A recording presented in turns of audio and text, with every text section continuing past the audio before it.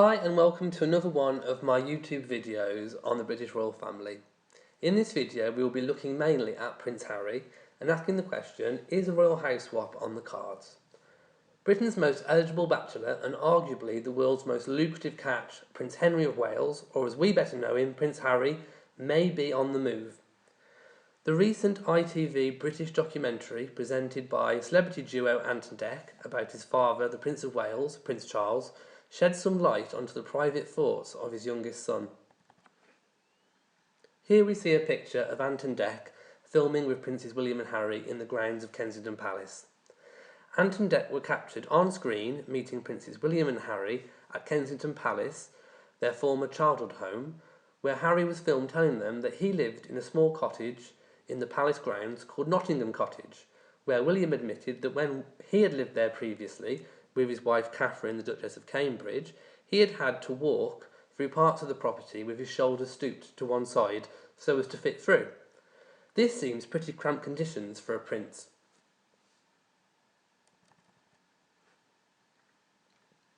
After leaving Nottingham Cottage, William and Catherine moved into a much larger, three-storey wing of Kensington Palace, once inhabited by Princess Margaret, the Queen's sister, who passed away in 2001. The wing remained uninhabited until William and Catherine had extensive works carried out on the structure of the building and complete remodelling of the interiors. Work began shortly after their marriage in 2001.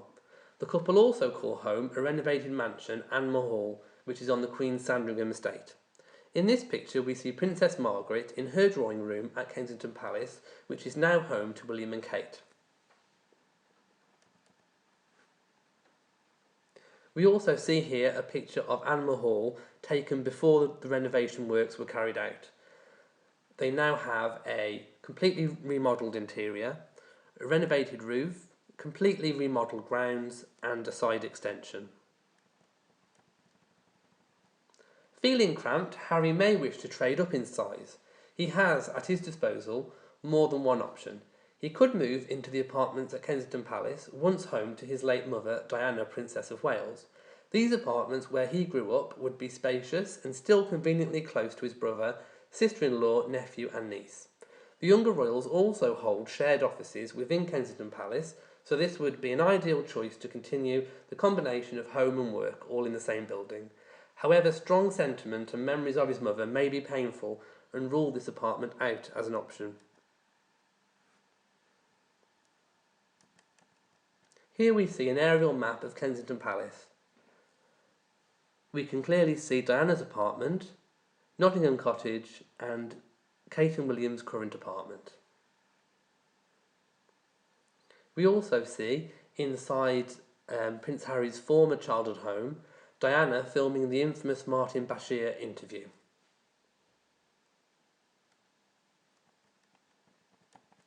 Further options at Kensington Palace, affectionately known in the family as the Aunt Pile, include the apartments currently occupied by Prince and Princess Michael of Kent and the Duke and Duchess of Gloucester.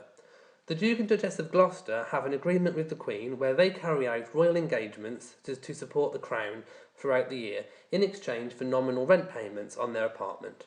Prince and Princess Michael of Kent do not carry out any royal engagements and so now have to pay rent for the first time in many years, having previously only paid a peppercorn rent. Should these apartments become available in the future, they could provide a long-term solution to Prince Harry's housing dilemma. However, he may have to wait some time. Perhaps his own future life could force the issue of a royal house swap, should he need the space upon marriage and children. The Kents and Gloucesters may have no choice but to take pity and step aside so that the future generation may flourish. Here we see the Duke and Duchess of Gloucester and Prince and Princess Michael of Kent. So what could Harry do in the meantime? He is himself independently wealthy, having inherited a much larger portion of his late mother's estate. He could choose to purchase a property in the capital himself. This, of course, causes a myriad of problems and is likely to give senior palace officials large headaches regarding the issues of security and privacy. Harry still has one or two other options at the ready before deciding to take such a big step. When his father does become king, or in the event of a regency, the Queen is likely to retire, spending her time between Windsor, Sandringham, and Balmoral. Prince Charles, then King, would officially move into Buckingham Palace, leaving Clarence House, where he currently resides, available for Harry. This is a spacious, stucco mansion attached to St James's Palace, a short distance away from Buckingham Palace itself. This would provide ample accommodation for the Prince and any future family he may have. Here we see a picture of Clarence House. It is suggested that William would remain at Kensington Palace, with his country retreat remaining at Anmer Hall. The Cambridges are very much at home here, and have no desire to uproot their young family unless absolutely necessary. It is unclear what Charles would plan to do with his current country estate, Highgrove. Would he continue to use it for weekends instead of the traditional Windsor Castle, as his mother has always done, or perhaps Harry could take on the property as his royal weekend retreat and place of solace. Here we see a picture of Highgrove. Whatever Harry's future may hold, one thing is for certain, that he will never be short of somewhere to call home, whether that be a small poky cottage, large palace apartment, a country pile, or a central London mansion. Let the game of royal house swap begin.